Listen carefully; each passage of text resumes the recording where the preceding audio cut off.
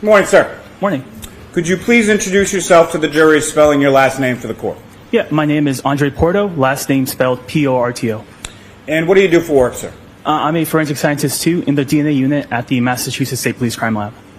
And where did you go to school? I received my undergraduate Bachelor of Science in Microbiology from the University of Massachusetts in Amherst, and then I received a Master of Science in Biomedical Forensic Sciences at the Boston University School of Medicine. Now, following your education, where did you go to work? I started at the Massachusetts State Police Crime Lab in the DNA unit. And how long have you worked at the state lab? Slow down. Oh, yeah, sorry. How long have you worked at the state lab, sir? Since September 2019.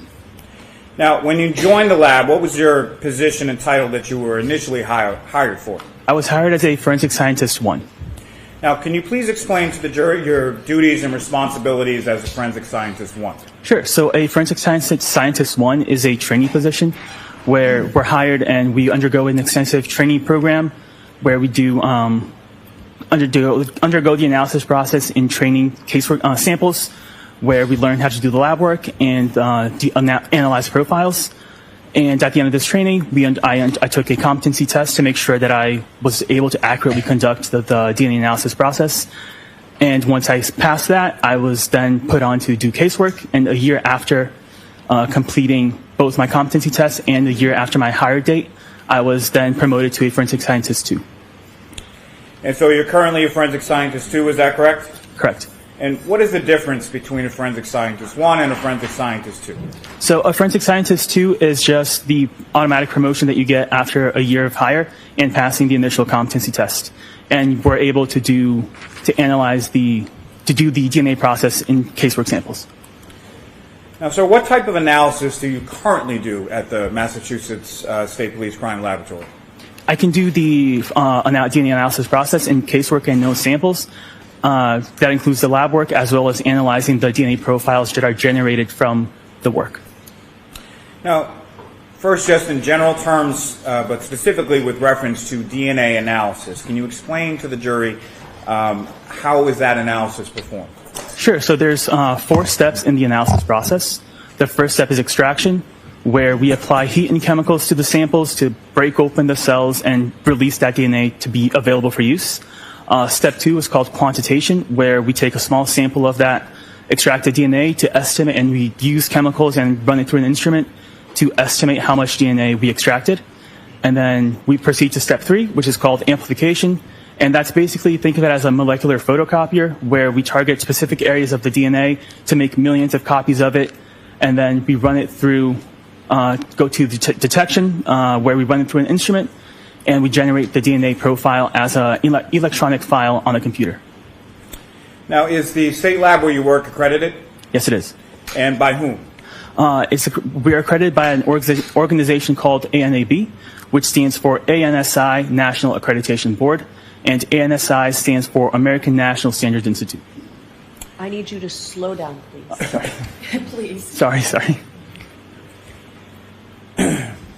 Now, Mr. Porto, are there steps taken in your lab during that process that you were just explaining to prevent against contamination?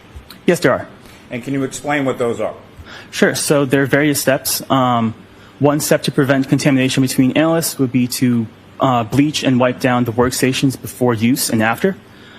Another way to prevent DNA transfer from analysts to the samples is to wear personal protective equipment, such as lab coats, gloves, masks, hairnets, and beard guards. And a way to prevent transfer from sample to sample would be to frequently change gloves, as well as only have one sample open at a time. Now, with your work at the lab, is there a review process that your work undergoes? Yes, there is. And can you describe that process to the jury? Sure. So once I complete my work, the file undergoes 2 types of reviews. The first is a technical review, where another qualified analyst will take the file and they'll do their own independent assessment and make sure that they come up with the conclusions and that they agree with the conclusions that I reached. And they'll also make sure that all the protocols were followed and every decision is scientifically sound. Once that review is completed, it undergoes an administrative review, which where another qualified analyst will then look through the file and they look for clerical errors, such as typos or missing page numbers or missing case numbers. Once those two reviews are completed, the results can then be reported out. Now, as a part of that accreditation process that you were speaking about a few moments ago, do you undergo anything called proficiency testing? Yes, I do. And can you explain to the jury what that proficiency testing process consists of? Yeah, so a proficiency test is a test that's administered twice a year by an external vendor, and the results of this test are not known to the analyst at the time. And we basically treat it like it's a real case where it undergoes the analysis process as if it were a real case. And this test is used to show that the analyst is demonstrates ongoing competency in the DNA analysis process. And successful completion of the test is required to maintain qualification as an analyst. And what areas do you specifically undergo proficiency testing in? DNA analysis. And have you successfully completed each of those proficiency tests that you've taken? Yes. Now, Mr. Porto, could you explain to the jury what exactly is DNA? Yeah, so DNA stands for deoxyribonucleic acid, and it's basically the building block that makes us who we are. We each have two copies of our DNA, one that we inherit from mom and one that we inherit from dad. And that this combination makes sure that, barring with the exception of identical twins, we all have different DNA. And is DNA the same in every cell of a person's body? Yes. So what that means is, if I were to take a blood sample and a saliva sample from the same person, the same DNA profile will be generated. Now, you spoke a bit earlier about the different steps included in the DNA testing. If you could, just a little bit slower, go through each of those 4 steps again for the jury. Sure. So like I said, it's a 4-step process. So extraction, quantitation, amplification, and detection. So extraction, we use chemicals and heat to burst open the cells to make that DNA available for use. Quantitation, step 2, we take a small sample of that extracted DNA. We use a different set of chemicals and an instrument to estimate how much DNA is available for use.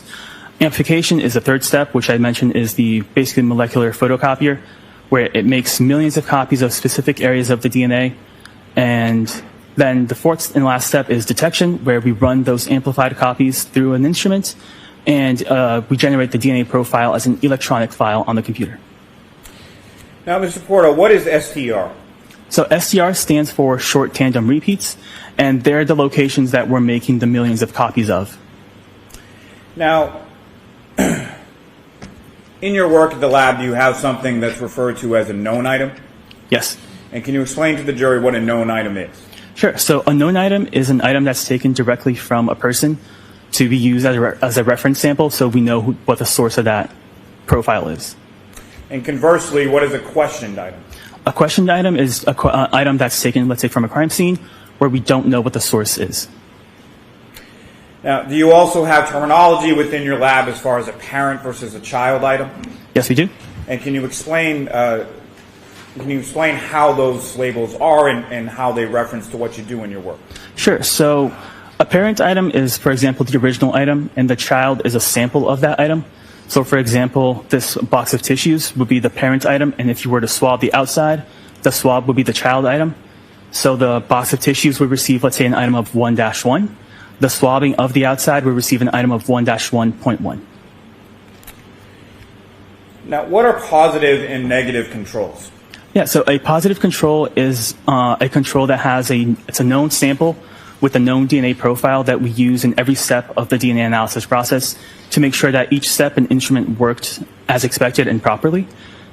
And then a negative control is a sample that has no DNA in it. It only receives the chemicals that we use, and that's to ensure that the chemicals that we're using don't have any DNA inherent to them.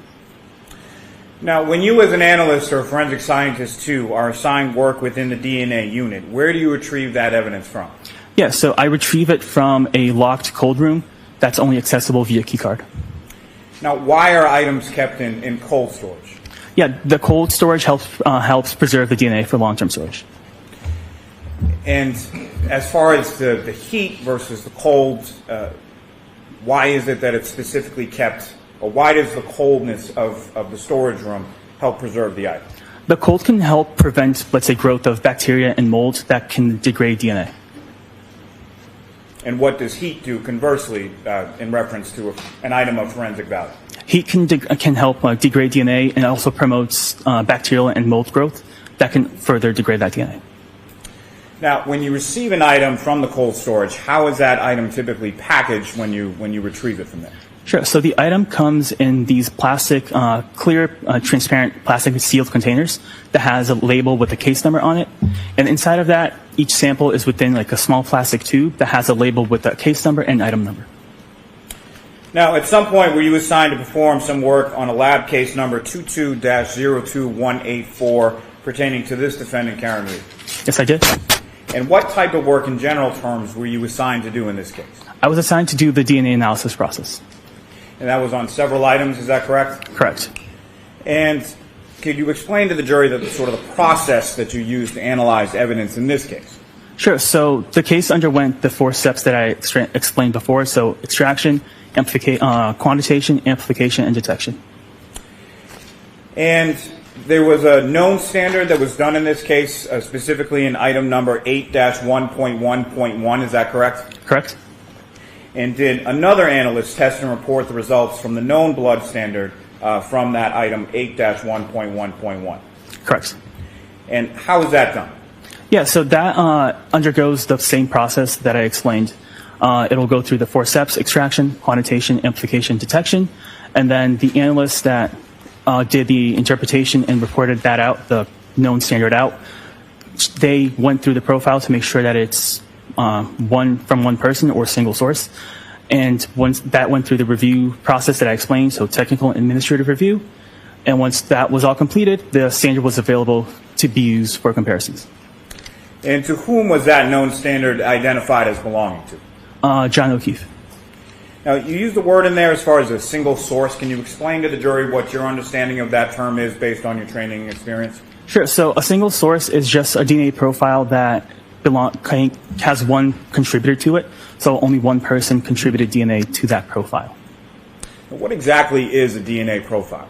Yeah, so a DNA profile is basically the combination of all of the locations that we amplified during the 3rd step of the process. And it's basically, you can think of it as like a chart, like an EKG, where it has peaks and valleys, and each peak has a specific number, and the DNA profile is just a combination of all those numbers put together. Now, can you explain to the jury in general terms, to start with, the process of comparison between a known standard and a questioned or unknown standard? Sure. So first, I did the analysis on the question items. I did the 4 steps. I analyzed the profiles that were generated. I then interpreted, make sure that I could determine the number of contributors. And once that was completed, I then used the standard that was available and compared them to all the profiles that were suitable for comparison. Now, sir, starting with item 3-1.1, what was that a sample from? That was a sample from Taillight passenger. And from a specific vehicle, is that correct? Correct. And what, if any, information were you given as to that vehicle that the swab from the taillight was from? Do you mean like the license plate? Yes. Could I refer to my notes? Yes. Thank you. Your Honor, with the court's permission, this is a little detail as far as the testimony goes. I don't have a problem. Does the defense object? I do not object. Okay, thank you. Thank you, Your Honor. So the license plate was 3G6684. Right, I'm sorry, 3GC684. Now, with reference to the swab from the taillight, were you able to generate a DNA profile from that item? I was. And from your comparative analysis from that question item to that of the known standard of John O'Keefe, what did you conclude? So the DNA profile was interpreted as a mixture of 3 contributors, including male DNA. And the DNA profile from this item is at least, I'll just restart. So the DNA profile was interpreted as a mixture of 3 contributors, including male DNA.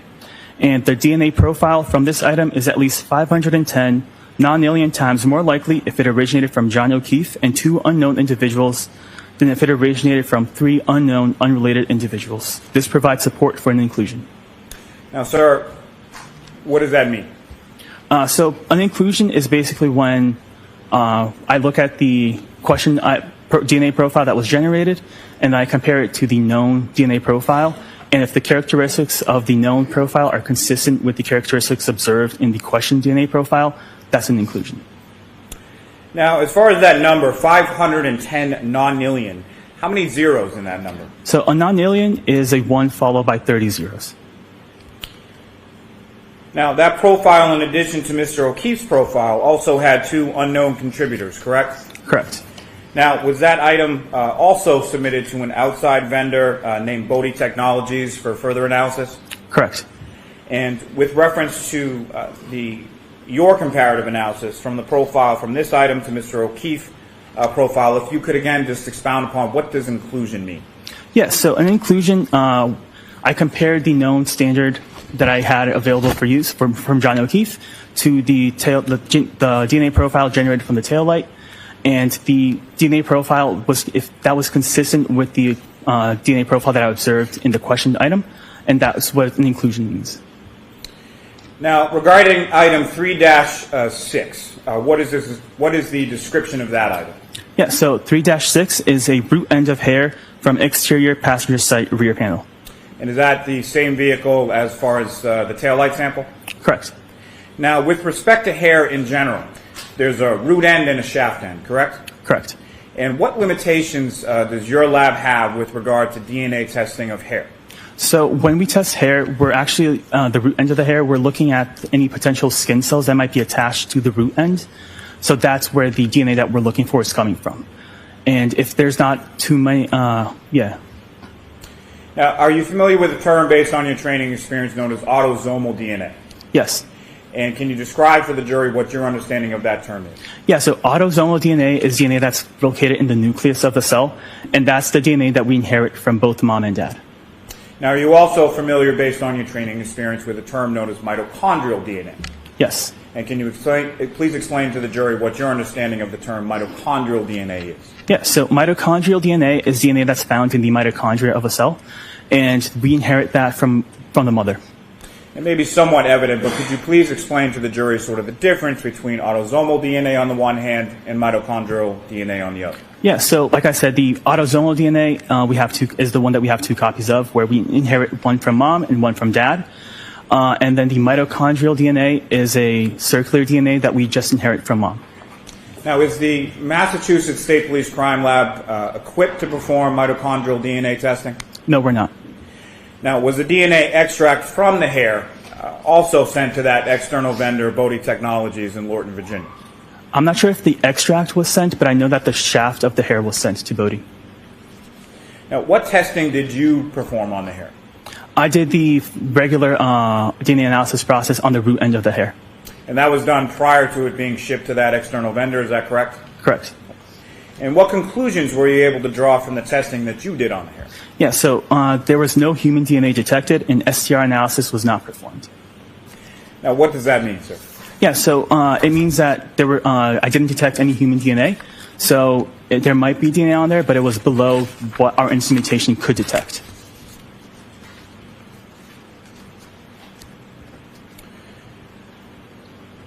Now, turning your attention to item 3-2.1.1, what is the description related to that item, sir? It's a sample from the exterior of broken drinking glass. And is there any further indication as far as the broken drinking glass, as far as where it was recovered? Oh, yeah, 34 Fairview Road. And were you able to generate a DNA profile from this item, the drinking glass? Yes, I was. And from your comparative analysis from this question item to that of the known standard of John O'Keefe, what did you conclude? Yeah, so the DNA profile was interpreted as a mixture of 3 contributors, including male DNA. The DNA profile from this item is at least 530 non-nillion times more likely if it originated from John O'Keefe and 2 unknown individuals than if it originated from 3 unknown, unrelated individuals. This supports an inclusion. This is the last time I'll ask you this, but just if you could reiterate to the jury, what does an inclusion mean? Yep, so an inclusion is when I compared the known standard to the question item, and if the profile in the known standard is consistent with the profile in the question profile, that's an inclusion. And that number again, as far as 530 nonillion, how many zeros again in that number? That's a 1 followed by 30 zeros. Now, sir, if I could turn your attention to another item, 7-1.2.1. What is the description related to that item? Sample from stain A on upper right leg of jeans. And is there any further indication as to whom those jeans belong to? John O'Keefe. Now, were you also able to generate a DNA profile from this item, the stain A on the upper right leg of Mr. O'Keefe's jeans? Yes, I was. And from your comparative analysis from the question item to that of the known standard of John O'Keefe, what did you conclude with reference to that item? The DNA profile was interpreted as a mixture of 3 contributors, including male DNA. Contributor 1 is suitable for comparison, and due to limited information, contributors 2 and 3 are not suitable for comparison. The DNA profile from this item is at least 570 nonillion times more likely if it originated from John O'Keefe and 2 unknown individuals than if it originated from 3 unknown, unrelated individuals. This provides support for an inclusion. Thank you, sir. Now, turning your attention to item 7-1.3.1, what is the description related to that item? Sample from stain B on upper right leg of jeans. And same jeans as the previous item? Yes. Now, were you able to generate a DNA profile from this item, stain B on the upper right leg of the jeans of Mr. O'Keefe? Yes, I was. And from your comparative analysis from this questioned item to that of the known standard of John O'Keefe, what did you conclude? Yep, so the DNA profile was interpreted as a mixture of 3 contributors, including male DNA. The DNA profile from this item is at least 660 nonillion times more likely if it originated from John O'Keefe and 2 unknown individuals than if it originated from 3 unknown, unrelated individuals. This provides support for an inclusion. Now, sir, with reference to item 7-1.4.1, and again, these items with the dash and the point, is that what you were referring to earlier as the parent-child relationship between items? Yes. And what is the description for 7-1.4.1? Sample from stain C on upper right leg of jeans. Now, were you able to generate a DNA profile from this item from stain C on the upper right leg of Mr. O'Keefe's jeans? Yes, I was. And from your comparative analysis of this question item, stain C, to that of the known standard of John O'Keefe, what did you conclude? The DNA profile is a mixture of at least 2 contributors, including male DNA. Contributor 1 is suitable for comparison. Due to limited information, contributor 2 is not suitable for comparison. The DNA profile was interpreted as a mixture of 2 contributors. The DNA profile from this item is at least 830 nonillion times more likely if it originated from John O'Keefe and an unknown individual than if it originated from 2 unknown, unrelated individuals. This provides support for an inclusion. Now, sir, with reference to item 7-1.5.1, what was the description of that? Sample from stain D on upper right leg of jeans. Now, were you able to generate a DNA profile from this item from stain D on the upper right leg of Mr. O'Keefe's jeans? Yes, I was. And from your comparative analysis from this item to the known standard of John O'Keefe, what did you conclude? The DNA profile was interpreted as a mixture of 3 contributors, including male DNA. The DNA profile from this item is at least 670 nonillion times more likely if it originated from John O'Keefe and 2 unknown individuals than if it originated from 3 unknown, unrelated individuals. This provides support for an inclusion. Now, sir, did you also do some testing on an item 7-1.6.1? Yes, I did. And what was the description associated with that item? Sample from stain E on upper right leg of jeans. And were you able to generate a DNA profile from that item, stain E, on the upper right leg of Mr. O'Keefe's jeans? Yes, I was. And from your comparative analysis from that question item to the known standard of John O'Keefe, what did you conclude? The DNA profile was interpreted as a mixture of 2 contributors, including male DNA. Contributor 1 is suitable for comparison. Due to limited information, contributor 2 is not suitable for comparison. The DNA profile from this item is at least 1.0 decillion times more likely if it originated from John O'Keefe and an unknown individual than if it originated from 2 unknown, unrelated individuals. This provides a support for an inclusion. I used a different number there as far as a decillion. How many zeros is a decillion? Yeah, a decillion is a 1 followed by 33 zeros. Now, with each of those items that you just testified about as far as the genes, the question items from the stains on Mr. O'Keefe's jeans. Those were each located on the right leg, correct? Correct. Now, did you also perform some analysis on item 7-1.7.1? I did. And what is the description associated with that item number? Sample from unstained areas of the exterior of jeans. Now, were you able to generate a DNA profile from that item, from the unstained areas of the exterior of Mr. O'Keefe's jeans? I was. And from your comparative analysis from this questioned item to the known standard of John O'Keefe, what did you conclude? The DNA profile was interpreted as a mixture of 4 contributors, including male DNA. The DNA profile from this item is at least 53 septillion times more likely if it originated from John O'Keefe and 3 unknown individuals than if it originated from 4 unknown, unrelated individuals. This provides support for an inclusion.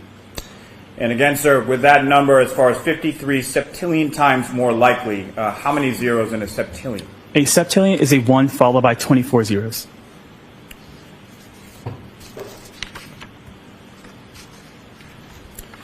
Now, sir, if I could turn your attention to what's listed as number 12 in your report, but item 7-18.4.1. Did you do some testing on that item as well? Yes. And what was the description associated with that? Sample from stain C on top front of Gray's long sleeve shirt. And the gray long sleeve shirt, is that attributed as belonging to a specific person? Yes, John O'Keefe. And were you able to generate a DNA profile from that item, specifically sample from stain C on the top front of the gray long sleeve shirt of Mr. O'Keefe? I was. And from your comparative analysis from that questioned item from the shirt to the known standard of John O'Keefe, what did you conclude? So the male DNA profile was interpreted as originated from a single contributor. The DNA profile from this item is at least 58 octillion times more likely if it originated from John O'Keefe than if it originated from an unknown, unrelated individual. This provides support for an inclusion. And again, sir, that number, as far as 58 octillion times more likely, how many zeros in an octillion? So an octillion is a 1 followed by 27 zeros. Now, sir, if I could take you down to listed as 15 in your report, but did you do some testing on item 7-18.14.1? I did. And what was the description associated with that item? So sample from stain L on back bottom right of gray long sleeve shirt. And were you able to generate a DNA profile from that item? I was. And from your comparative analysis with reference to that item, the sample from stain L on the back bottom right of the gray long sleeve shirt, in comparison to the DNA profile from the known standard of John O'Keefe, what did you conclude? So the DNA profile was interpreted as a mixture of 2 contributors, including male DNA. The DNA profile from this item is at least 1.0 decillion times more likely if it originated from John O'Keefe and an unknown individual than if it originated from 2 unknown, unrelated individuals. This provides support for an inclusion.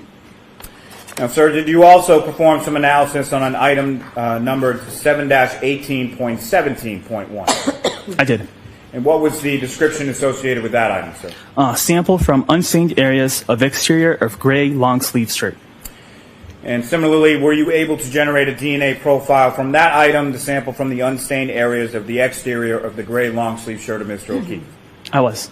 And from your comparative analysis from that question item to that of the known standard of John O'Keefe, what did you conclude? The DNA profile was interpreted as a mixture of 2 contributors, including male DNA. Contributor 1 is suitable for comparison. Due to limited information, contributor 2 is not suitable for comparison. The DNA profile from this item is at least 960 nonillion times more likely if it originated from John O'Keefe and an unknown individual than if it originated from 2 unknown, unrelated individuals. This provides support for an inclusion. Thank you, sir. I'm going to group a couple, 4 separate items from your report, starting with what's listed in your report as number 9 is item 7-3.1, correct? Correct. And what is the description associated with that item, sir? Sample from stain D on right instep of sneaker.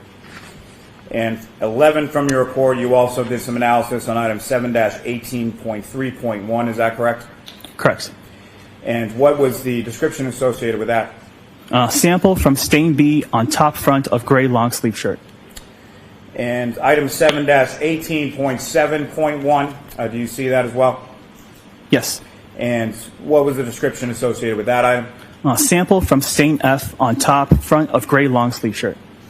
And lastly, in this group, item 7-18.8.1, what was the description associated with that? Sample from stain G on back left sleeve of gray long sleeve shirt. And with respect to each of those last four samples from those items, were you able to generate a DNA profile with respect to each of those four? Profiles were generated from them.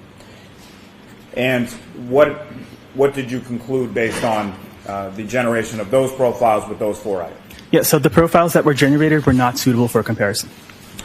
And if you could explain briefly to the jury, when you say not suitable for comparison, what do you mean by that? Yeah, so for 7-3.1, it was a mixture of at least 5 contributors.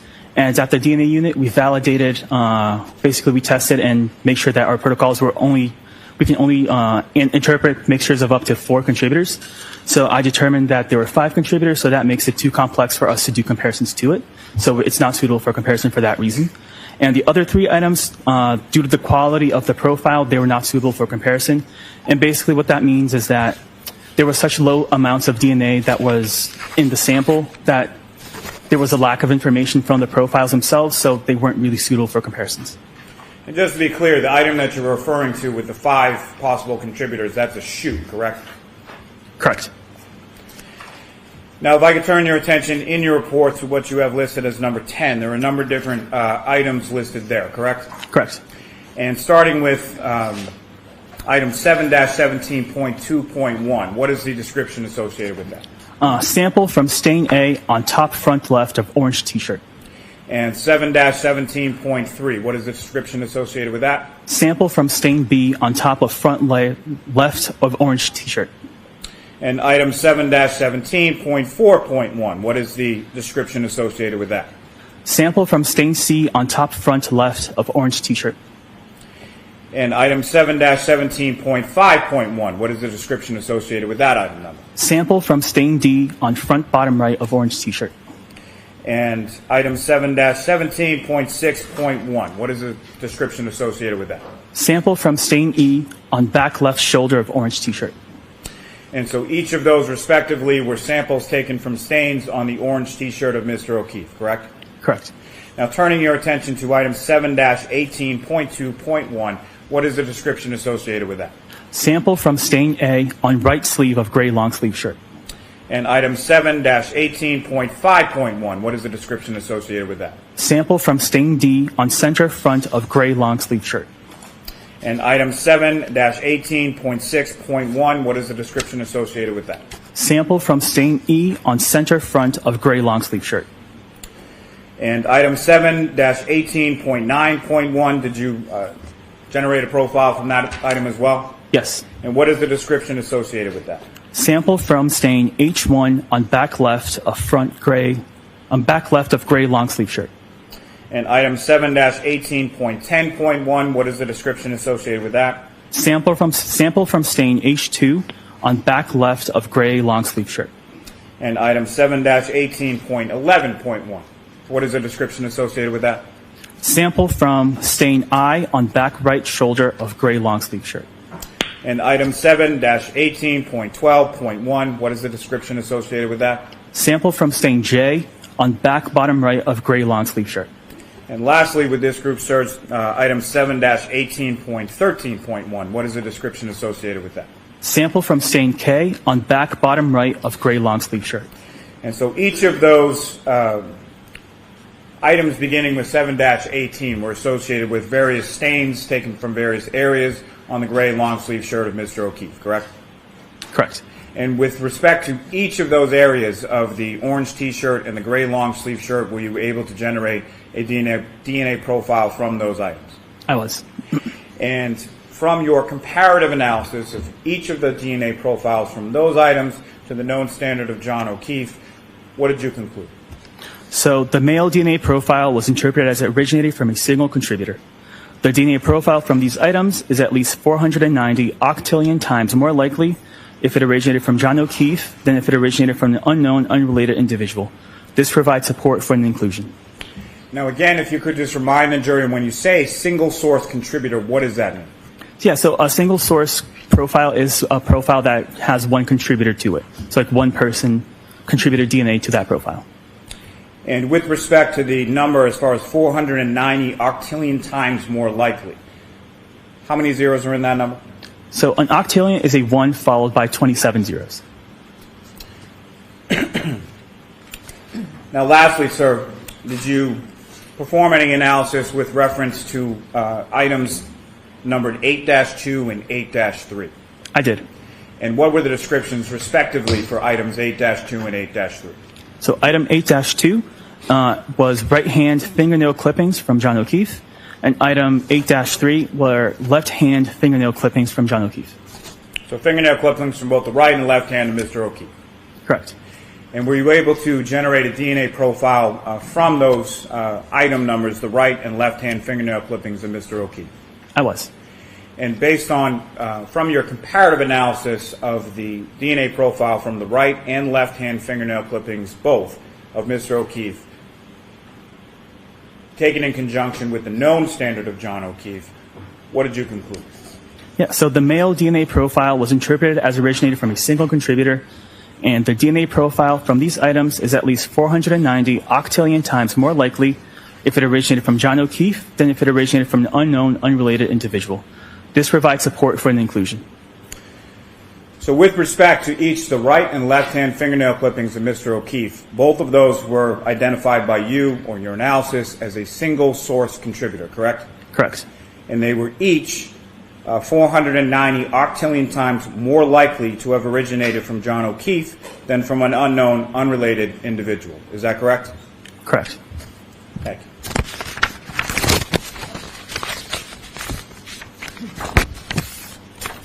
Thank you, sir. I have nothing further on. May I, Your Honor? Yes.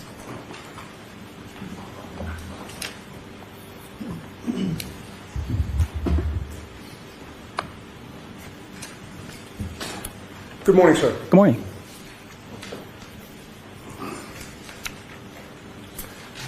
Mr. Porto, I would like to start by asking you about item 3-1.1, which you've identified as a sample from the passenger side taillight of the vehicle. Can you orient yourself in your report to that item? Yes. And that, of course, was the passenger side taillight that was attached to the vehicle, correct? Correct. You were never asked to do any DNA comparison on any pieces of taillight connected with this case, correct? Let me check my other report.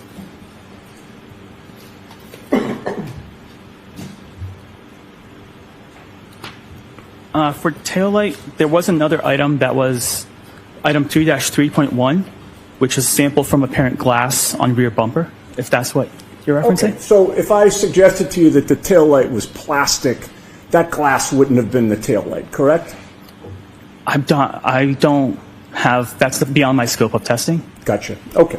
With regard to the passenger side taillight, you found that there were 3 contributors of DNA to that taillight attached to the vehicle, correct?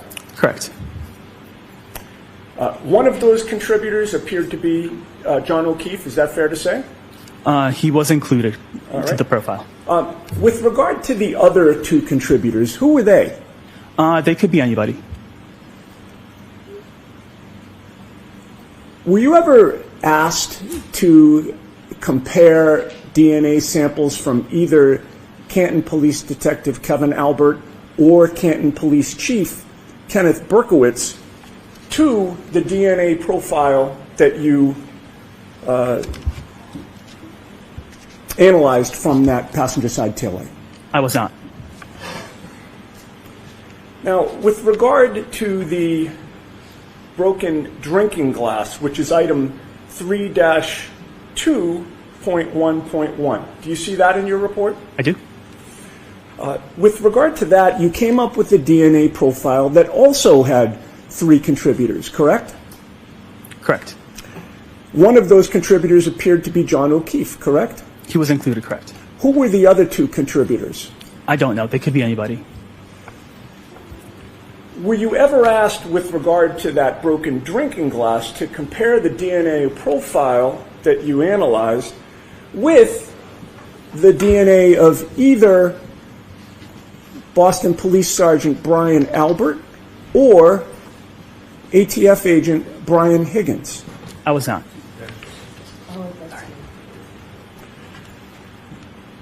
Now, with regard to 7.1.2.1, or maybe it's 7-1.2.1, that's the stain A from the upper right leg of the jeans? Correct. All right. And you were aware, or you were told that those were the jeans that John O'Keefe was wearing on the morning in question when he was found? Based on the sample description, that's what it seems. All right. And it turned out that his DNA was on his own jeans, correct? He was included in the profile. All right. And that was unsurprising to you, correct? And with regard to that item, you found that there were 3 contributors of DNA, correct? Correct. With John O'Keefe being one of them. He was included in the profile, yes. And who were the other 2? I don't know. They could be anybody. Let's move on to stain B, also from the upper right leg of the jeans. That is 7-1.3.1. You see that in your report. I do. When you found a DNA profile, how many contributors of DNA were there? 3 contributors. All right. And again, this was John O'Keefe's genes, correct? Based on the description, yes. So he was one of the 3 contributors. He was included in the profile, yeah. Who were the other 2? I don't know. They could be anybody. Moving on to stain C from the upper right leg of the jeans. 7-1.4.1. You see that in your report? I do. With regard to the DNA profile that you analyzed there, how many contributors of DNA were there to that profile? At least 2, and it was interpreted as 2 contributors. And again, this is the same pair of jeans that he was found in, correct? Based on the description, yes. And you said at least 2 contributors. It actually could have been more than 2. Based on our protocols, I had to call it 2, and we determined it as 2, but it could be more than 2, yes. Okay. Well, let's pay attention to the one that was not John O'Keefe, at least that one. Who contributed that DNA to his pants? I don't know. It could be anybody. Moving on to stain D, which is 7-1.5.1. And if I can just put my glasses on to make sure I've read my own writing correctly. Actually, is it 7-15-1? Did I get that wrong the first time? D? I'm sorry? Do you mean stain stain D? Stain D. Stain D is 7-1.5.1. Oh, I had it right the first time. Okay. Right. With regard to that stain, you also got a DNA profile, and how many contributors were there to that DNA profile? I interpret it as 3 contributors. And again, this is John O'Keefe's genes, correct? Correct. He was one of the contributors to his own genes, correct? He was included in the profile. Correct. And with regard to that stain on the upper right leg of his jeans, who contributed the DNA to who were the other 2 contributors of DNA to that stain? I don't know. They could be anybody. And then finally, with regard to that upper right leg of the jeans, there was also a stain E, correct? Correct. How many contributors did you find to that DNA profile? 2 contributors. One of which was John O'Keefe to his own genes, correct? He was included, yes. And who was the other contributor to that stain on the jeans? It could be anybody. I don't know. And by the way, just for the record, that was 7.1.6.1? 7-1.6. 7-1.6.1. Thank you, sir. Okay, now, with regard to the unstained area of the exterior of the jeans, do you see item 7-1.7.1? Yes. You found a DNA profile with regard to that unstained area as well, correct? Correct. How many contributors of DNA were there to that unstained area of the jeans? I interpret it as 4 contributors. And John O'Keefe was one of those, correct? He was included in the profile. His own genes? Based on the description, yes. Who were the other 3 contributors to that DNA profile? I don't know. It could be anybody. And before we move on to the sneaker, I just wanted to ask you a question about the passenger side taillight that I neglected to ask you. That was the one where there were 3 contributors, correct? And again, I'm going back to 3-1.1. Correct. Sorry to skip around, sir. I'm not trying to make this all any right. more confusing than it is. With regard to the passenger side taillight and that DNA profile, are you able to determine when that DNA was deposited on the passenger side taillight that was attached to the vehicle? No, I'm not. Are you able to testify with any certainty that it was deposited there, say, on January 28th or 29th of 2022? No, I can't. So, consistent with your analysis of it, are you able to say whether it occurred prior to January 28th of 2022? No, I can't. Were you aware that that vehicle was John O'Keefe's girlfriend's vehicle?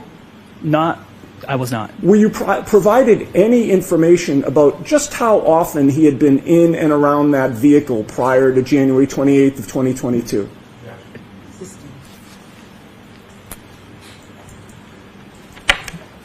So moving on to 7-3.1, which was the right instep of the sneaker, correct? You see that in your report? Yep. With regard to that particular stain, you noted how many contributors of DNA? Yeah, it was interpreted as at least 5 contributors. And when you have interpreted as at least 5 contributors, what does that do to your ability to find out who contributed that DNA? So based on our protocols, we're not able to do any comparisons to any mixtures that are 5 or more contributors, so it's not suitable for comparisons. Okay, which means that with regard to the sneaker at least, you couldn't even say whether John O'Keefe's DNA was on it, correct? Correct. And with regard to all 5, do you have any idea who contributed the DNA to that sneaker? No, I don't. Now, moving on to, I just have a couple more for you, sir. Moving on to what is labeled as stain L, which is 7-18.14.1, I believe. Do you see that in your report? I do. And that was a stain on the back bottom of his long sleeve shirt, correct? Correct. And were you told that the long sleeve shirt was his outer clothing when he was found? I don't believe so. How many contributors to that stain on the back bottom of his long sleeve shirt did you find in that DNA profile? I interpreted it as 2 contributors.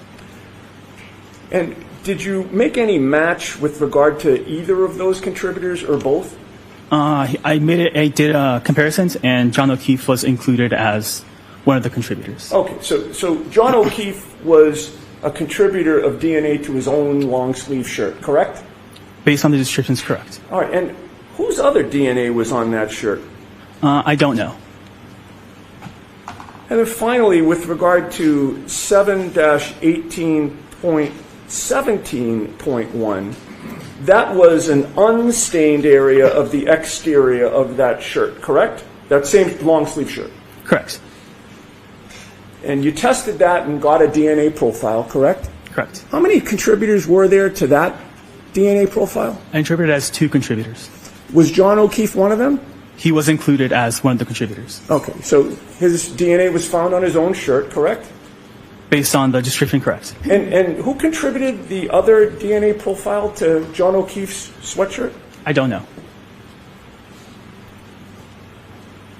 With regard to any of the stains on the upper right leg of the jeans, I counted 1, 2, 3, 4, 5 that you've discussed here today.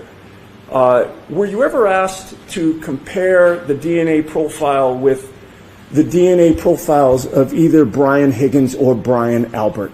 I was not. Oh, Sorry. And your answer was you were not? I was not. Did anybody ever provide you with DNA profiles of Brian Higgins or Brian Albert? sustained. I just have one more question for you, Mr. Porto, and I do want to thank you for answering all my questions here today. You wrote reports on your analysis of all the items and the work that you did on this case? I did. And you are directed pursuant to protocol, to address those reports to somebody, correct? Correct. Who was it that you sent the reports to in this case? I'm sustaining the objection. Did you send those reports to Michael Proctor? Sustain. Jurors, strike the question. I have nothing further. Thank you, sir. Mr. Porto, based on your training and experience and years of doing DNA testing at the lab, when it comes to samples from items of clothing, is it uncommon or common to have multiple contributors? That depends. It can happen, but it's possible, yes. Is it something that's a complete anomaly? I wouldn't say so, no. Now, turning your attention back to item 3-1.1, that's a sample from the passenger side taillight of the defendant's vehicle, correct? Correct. And Mr. O'Keefe was found to, his known DNA profile was found to be an inclusion for the DNA profile from the swab from the defendant's passenger side taillight, correct? He was included in the profile, yes. And to what statistical, what is the number associated with that inclusion, sir? The DNA profile from this item is 510 non-alien times more likely to have it originated from John O'Keefe and 2 unknown individuals than if it originated from 3 unknown, unrelated individuals. Now, Mr. Porter, if I could turn you back to number 10 in your report, there's a number of different items listed there, correct? Correct. And as far as the items listed associated with various stains on various areas of Mr. O'Keefe's orange T-shirt and gray long-sleeve shirt, there's about 13 different DNA profiles that you generated in reference to those items, correct? Correct. And from those 13 different items, they're all from a single contributor, is that correct? Correct. They were interpreted as originated from a single contributor. And as far as the DNA profile, your comparison of each of those 13 different stains on the orange T-shirt and the gray long-sleeve shirt, what were your conclusions again as your comparison with the known standard of John O'Keefe? Yeah, so the profile was interpreted as originated from a single contributor, and the DNA profile from these items is at least 490 octillion times more likely if it originated from John O'Keefe than if it originated from an unknown, unrelated individual. This provides support for an inclusion. And lastly, with reference to the fingernail clippings from both the right hand and the left hand of Mr. O'Keefe, those were also, your analysis provided for inclusion of Mr. O'Keefe's known DNA standard, correct? He was included in the profile, correct. And again, the profile from both the right hand and the left hand fingernail clippings was a single source contributor, correct? Sustain. How many sources were associated with those? Objection. Sustain. Nothing further.